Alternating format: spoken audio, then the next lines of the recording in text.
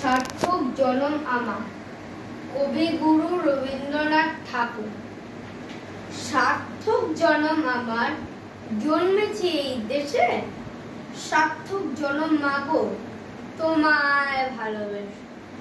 জানি না তোর ধন রতন আছে কিনা রানীর মতো, শুধু জানি আমার অঙ্গ জুড়ায় তোমার ছায়া এসে।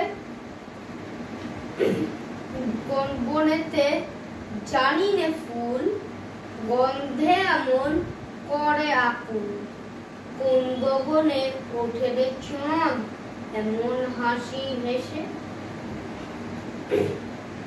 আখি মেলে তোমার আলো প্রথম আমার চোখ জুড়ালো, ওই আলোতেই নয়ন রেখে মুদব নয়ন শেষে।